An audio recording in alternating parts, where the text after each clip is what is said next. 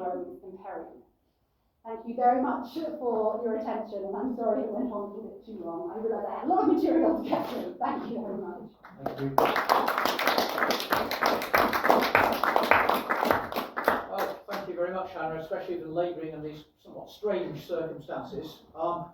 Custom and practice now in the branch is to give Hannah a little bit of a rest. I will do some housekeeping, and then I don't know, because I know Hannah has to get off fairly swiftly to Birmingham, that we may have time for the odd question, but really, I think we're in our speaker's hands as to when she has to go, because no one should have to spend the night on Birmingham New Street Station.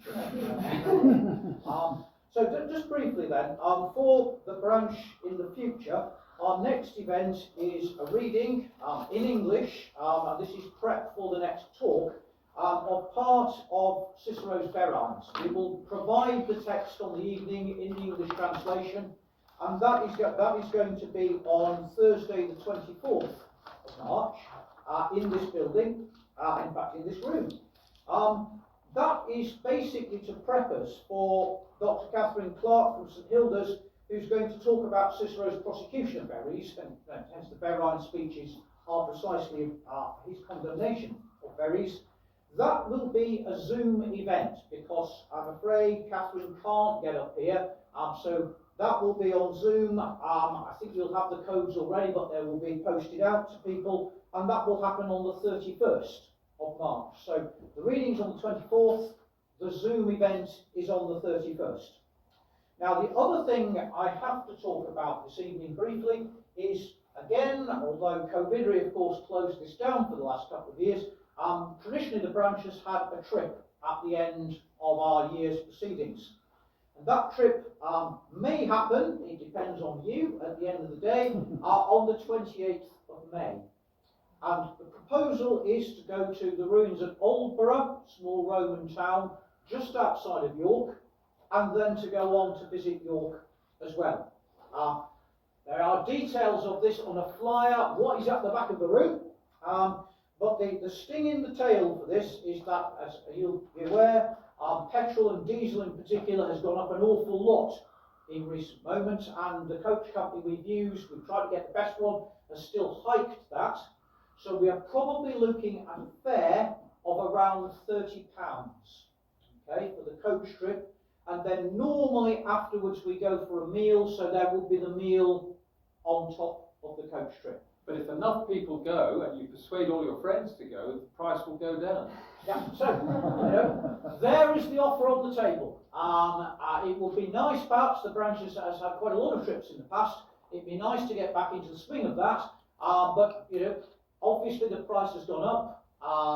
I think Aldborough and York is quite a nice combination. But that is basically up to you. So if you're interested, the details are on the website, but there's also a flyer there at the back of the room.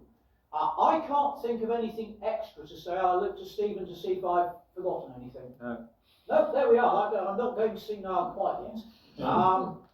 So on in that juncture, if Hannah feels she's got a little bit of time and anyone does wish to ask her a question, she is there, honestly, she's not hiding behind me. Please do fire away. Well, I'll ask a question, if I may, about Tacitus. Oh, yes.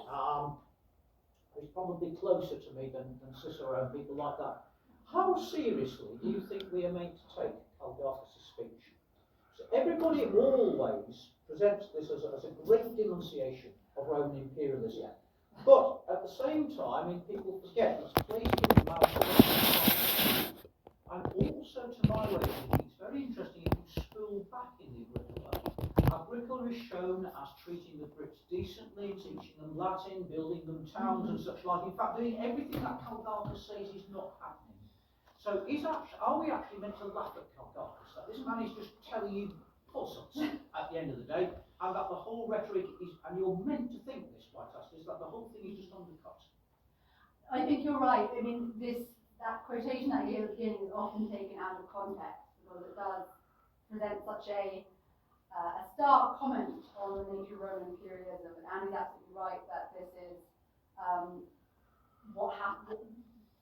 And it's important to remember that the text within which this comes from is an encomium to Agrippa, who was Tacitus' father-in-law and has achieved great things in the Roman state. And his speech, which comes after Callicus's, is then followed by Roman victory. So it's, I think, but there are a number of other instances where Roman writers are at least aware of what criticisms might be against the Roman state. Sallust has his critique coming from Mithridates himself in a letter that Mithridates supposedly had written to another Eastern king about the dangers of the encroaching Roman power in the East. And again, it wasn't really exactly the same as Tacitus' speech of Callicus. It is another sort of negative critique of Roman imperialism, and I don't think we're necessarily meant to think that this is what Sallust himself completely believes, but he's aware of the arguments, as all well-trained, educated Romans are, about arguing both sides of the argument. But they're aware of the accusations that can come against them, I think, even if that is then undercut, as you say, by the wider context or the opposing speech. Tacitus does, I suppose, and again, maybe you might know more, Andy, than me about how far we should take this as a genuine comment or, again, a sort of a cynical quip. When he talks about Agrippa bringing Latin language and the toga and bath complex and dining to the sons of British chieftains, he also says that this is signs of their servitude, and they think they're becoming very cultured, and in fact it's a mark of their submission to Rome. Read that how you will. I think there's a lot of, you can see writers like Tacitus and Cicero, particularly when he's writing speeches at in the 50s, in particular, and also in the 40s, as Rome itself is undergoing massive internal collapse and upheaval, but he's also thinking critically and ethically about how Rome is treating its provinces. When he's governor in Cilicia, he does sort of question the activities of many of his predecessors, perhaps also because he wants to present himself as the ideal, and his predecessors as terrible. He also tells his brother, in an even earlier letter, when Cicero has no experience of governing the province, he tells his brother, who is currently a governor in Asia Minor, what he should be doing to make the best possible impact on the local population. So I think there's a complex sort of awareness of how these can be perceived, the arguments from the other side, and that's not to say, as you say, that Tacitus really thinks that Callicus, or his Callicus, is speaking the truth, but it is an interesting engagement with the complications and difficulties about talking about imperial power and the language of peace, particularly in terms of how these communities are responding to Rome's presence. I think actually Catherine Clark, she has an article in Journal of Roman Studies about the speech and the sort of the fact that Callicus' Latin is so, is very well sort of presented, and he shows great Romanitas, I think. Although Clifford Ander would then step in and say Romanitas doesn't appear until like the 3rd century AD, so that's anachronistic. But still, he shows great Romanness in how he speaks. And he's got to, hasn't he? Because it's not him, it's Tacitus. Exactly. Tacitus makes him sound good, even though, he then gets undercut. So. Can I ask something?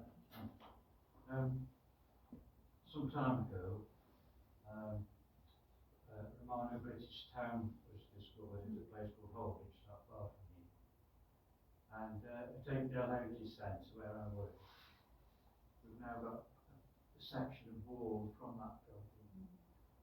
And I was asked to create a Roman display all around that wall. So that's 2,000 years old, but the rest of it isn't that old.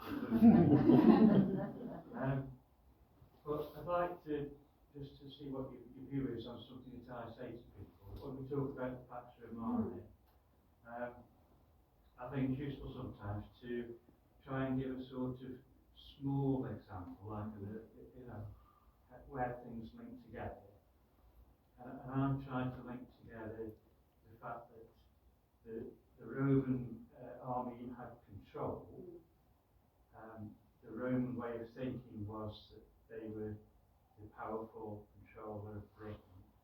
And that if, let's say, there was a tribe that was at odds with another tribe, and of course this wasn't a peaceful country when they came here anyway, the Romans would take on a sort of policing duty, if you like.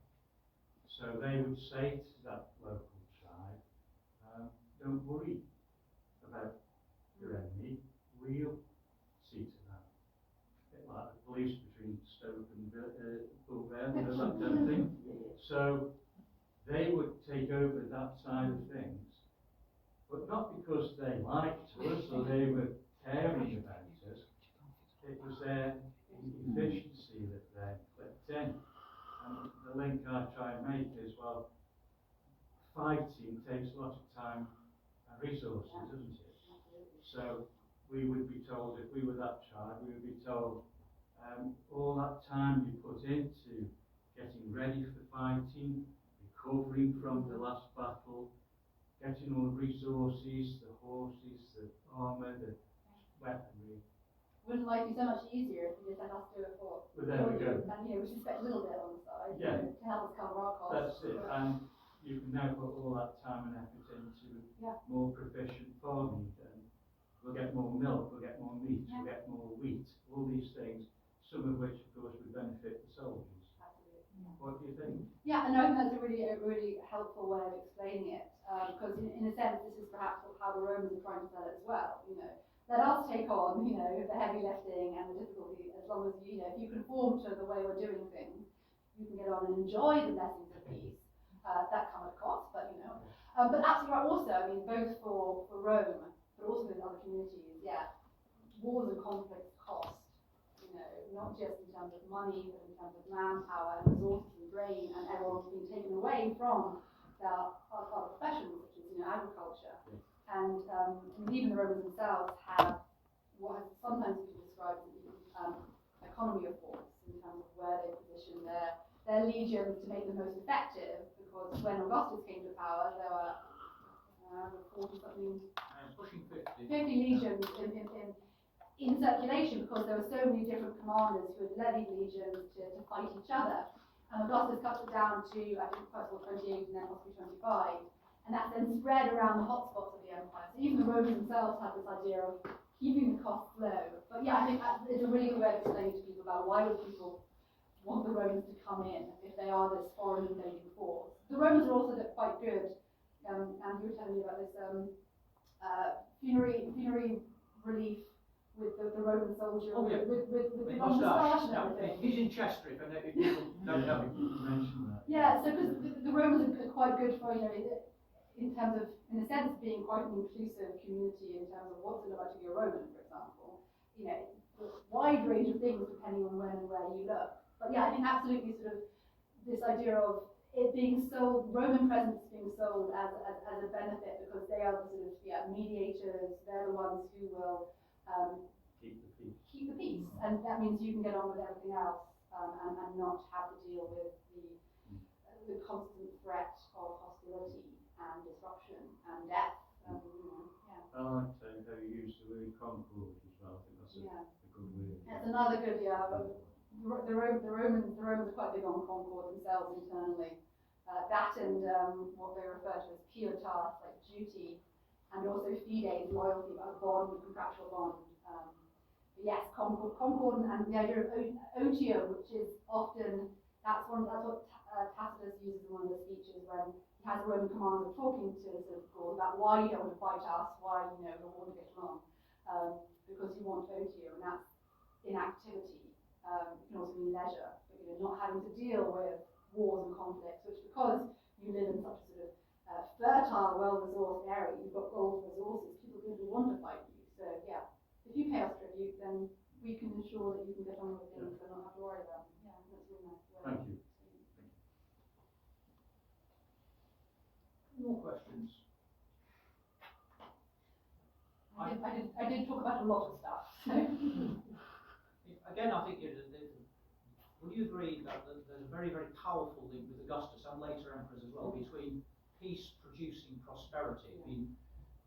Little tiny Roman coins for Augustus almost inevitably will have his zodiac sign, Capricorn. And between its front legs, or paws, whatever you call it with a Capricorn, I don't know, there's often a globe for the world. Yes.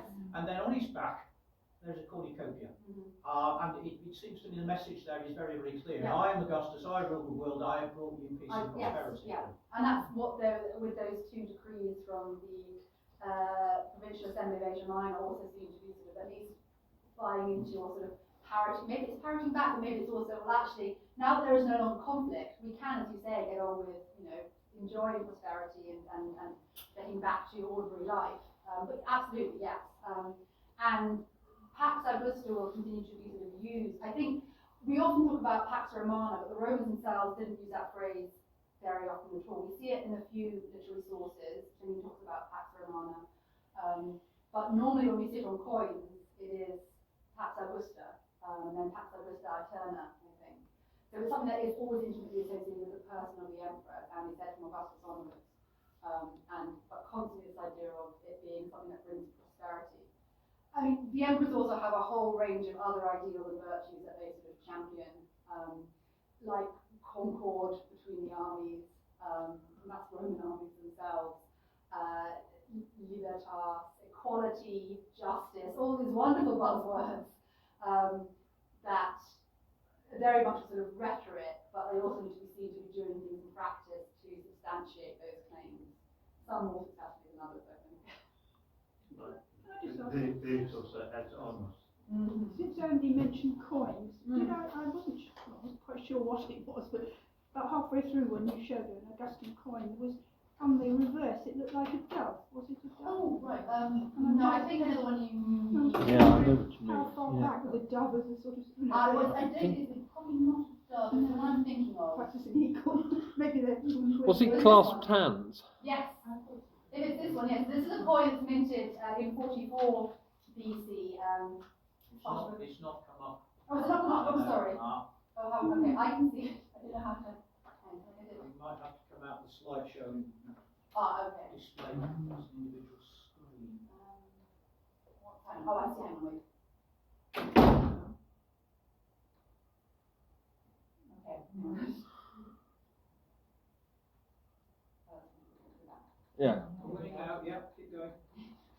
My fault, I have too many slides. Needless to say, it's in Okay. There we go. Yeah.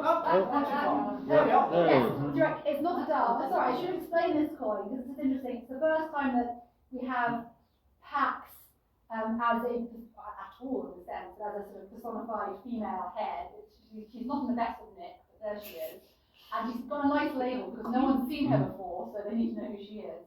And on the tail side of the coin, it's not a dove, it's two clasped hands shaking. Yes. This is a way of perhaps giving some qualification to what type of piece they want to communicate to the Caesar, which is actually the joined hands are a symbol of fides, of loyalty, of agreement, of concord. So this is perhaps more in the sense about an internal idea of peace, which the Romans didn't really use it before so much, but particularly during the civil wars. They talk about pax between Romans a lot more, whereas previously it was about concord. But yeah, so this is, yes, but we see this a lot. It looked a bit like wings, you know. Yeah. Yes. Yeah, I thought exactly the same You'll as see you. an eagle on coins in various forms, and the aquila. But the joined hands you see a lot, and often you'll also see them around the herald's staff, Mercury's wand. And then all that is either sort of, it's kind of a combination of concord and pax.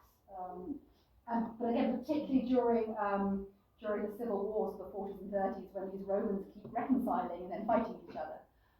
But then also in the year of the four emperors, so 68 and 69, a lot of shaking hands, or even just one hand offered out, with claims about sort of the loyalty of the army or the concord of the army. But this is a point where you've got lots of Roman armies about the Mediterranean, all fighting each other. All these four claimants to the throne, as it were, all championing again ideals about restoring the republic and Rome being reborn and the safety of the human race and all these wonderful things. And they're all just presenting slightly different versions of it, while fighting each other and killing lots of citizens. So I was a few years ago now, lecturing to students about a lot of the ideals that appear on Roman coins during the civil wars of the 40s and 30s. And I found myself saying a strong and stable Rome, because it's very much the rhetoric we had at the time when Theresa May was Prime Minister. These big messages about strong and stable. We are strong and stable, believe me. I think this is what these coins are also doing, particularly when we see them in times of conflict.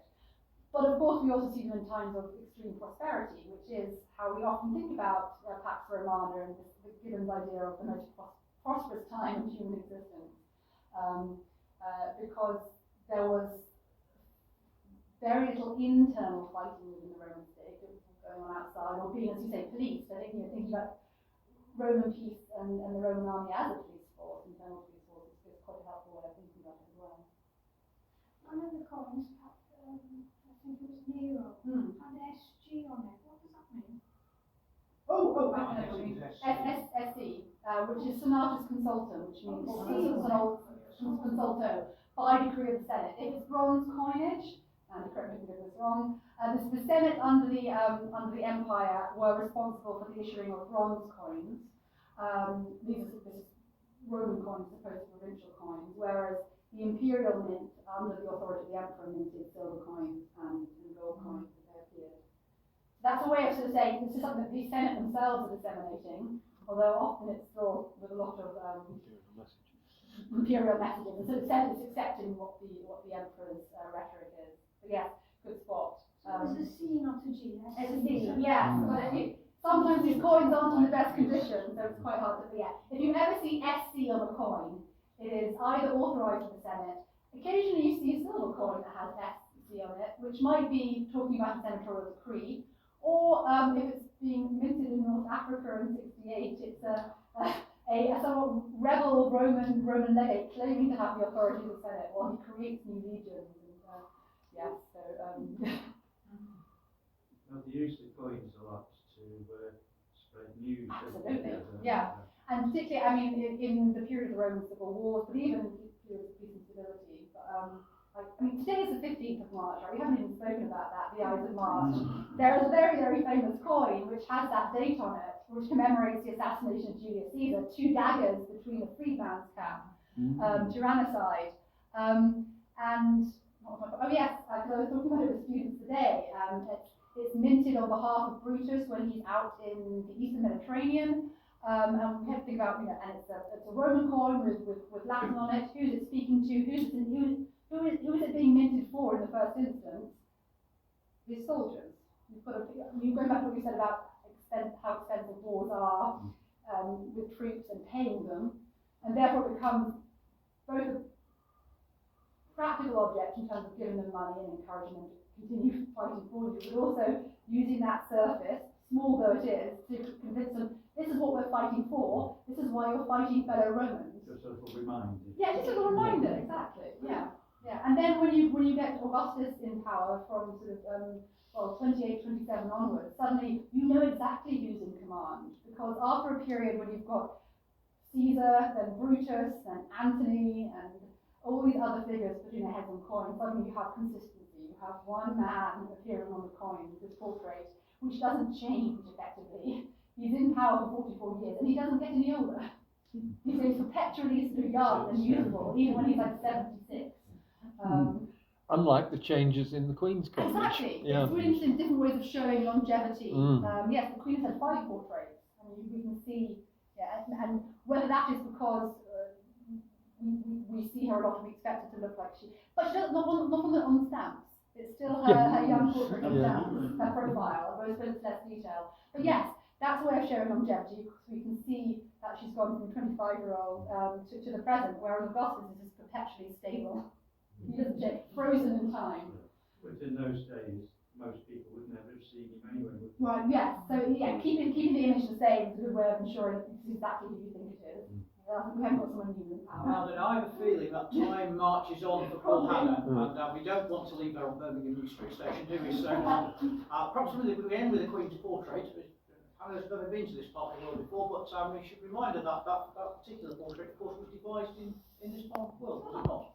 And indeed, celebrated by the local Wetherspoons down in Newcastle on the Line.